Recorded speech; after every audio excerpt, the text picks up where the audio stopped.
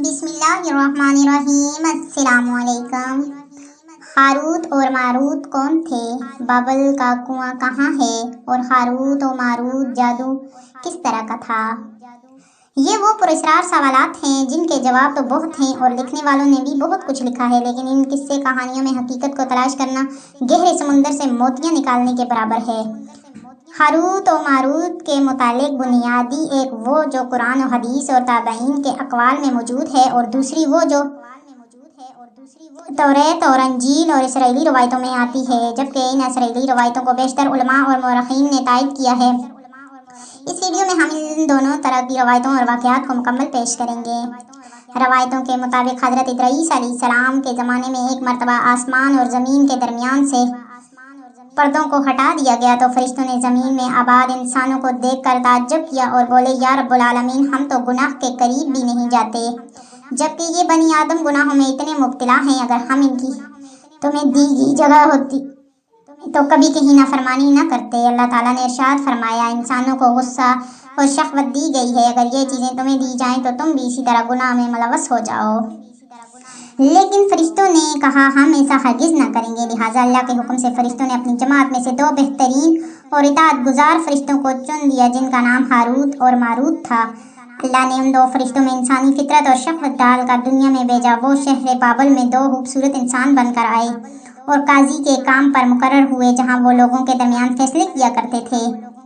एक दिन इनके पास एक औरत अपना मुकदमा लेकर आई और कहा कि इसका शोहर इसे बहुत परेशान करता है। हारूत और मारूत ने जब इस औरत को देखा तो वो इसकी खूबसूरती और हुस्न से मरऊब हो गए और इस पर आशिक हो गए।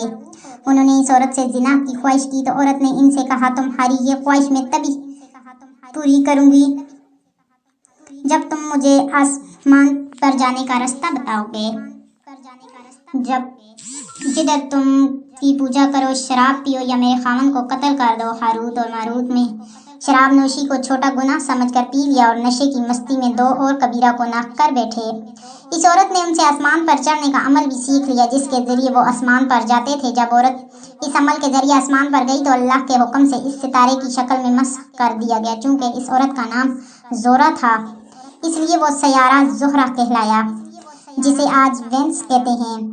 इस गुनाह की वजह से हारूत और मारूत खुद वो इसमें आज़म भूल गए, जिसे पढ़कर वो आसमान पर जाते थे, और बतौर सज़ा उन्हें बाबल के एक कुएं में उल्टा लटका दिया, जहां वो ता क़यामत यूं ही कैद रहेंगे।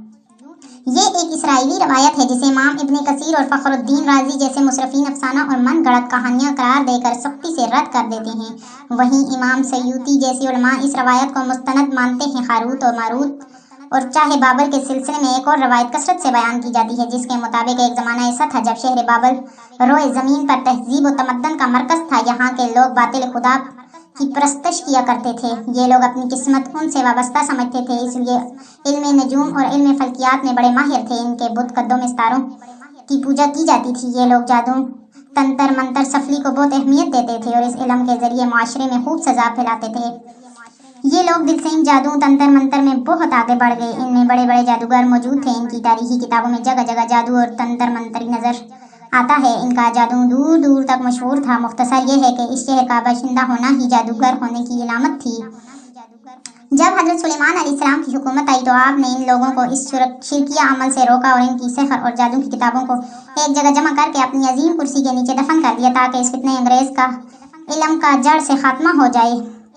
जब सुलेमान अलैहिस्सलाम की वफात हुई तो शैतान ने इन किताबों को दोबारा खोद कर निकाला और लोगों से कहा कि सुलेमान पैगंबर नहीं था, बल्कि इन किताबों के जरिए हुकूमत किया करता था। लिहाजा हवा में उड़ना, जिन्नात पर काबू और सुलेमान अलैहिस्सलाम के गैर मामूली मौजज़ात दरअसल जादू और सफली का अमल था। बनी इसराइलियों ने इसकी पैरवी की और इन किताबों को पढ़ना शुरू कर दिया। लिहाजा दोबारा ये शरअंगेज़ इल्म इस कौम में सरायात करते हैं। अल्लाह ने सुलेमान अलैहिस्सलाम पर लगाए गए इल्ज़ामात और तहमत की नफ़ी करते हुए सूरह बकरा में फरमाया है, उन्होंने इस चीज़ की जो शैतान सुलेमान की बादशाहत के वक्त पढ़ते थे, और सुलेमान ने कुफर नहीं किया था, लेकिन शैतान ने ही कुफर किया। लोगों को जादू सिखाते थे और इस चीज़ की भी जो शहर बाबल में हारूत और मारूत दो फरिश्तों पर उतारा गया था, और वो किसी को ना सिखाते थे जब तक ये ना कह देते कि हम तो सिर्फ आजमाइश के लिए हैं, तो काफिर ना बन।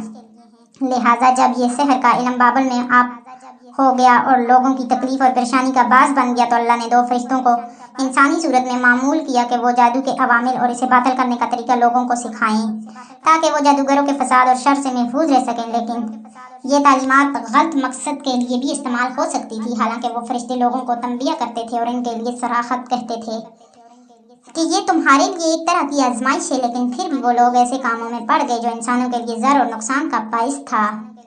बाज़ अरबी दास्तानों में इस कुएं का जिक्र भी मिलता है जहाँ कई लोग पहुँचे और हालत मारूफ से मुलाकात करके जादू का इल्म भी सीखा था। जबकि बाज़ मौरखीन का कहना है कि इराक के शहर अल्लाह के करीब एक खंडर में मौजूद कदीम हवा है जहाँ से बाबल की सरखत शुरू होती है। ये इस कुएं को ही चाहे बाबल कदर देते हैं। बहरहाल इस वाक़े से ये सबक मिलता है कि सफली और जादू एक शिरकिया अमल है, मगर ये कि इसका इस्तेमाल फसाद और शर पसंदी के खात्मे के लिए किया जाए।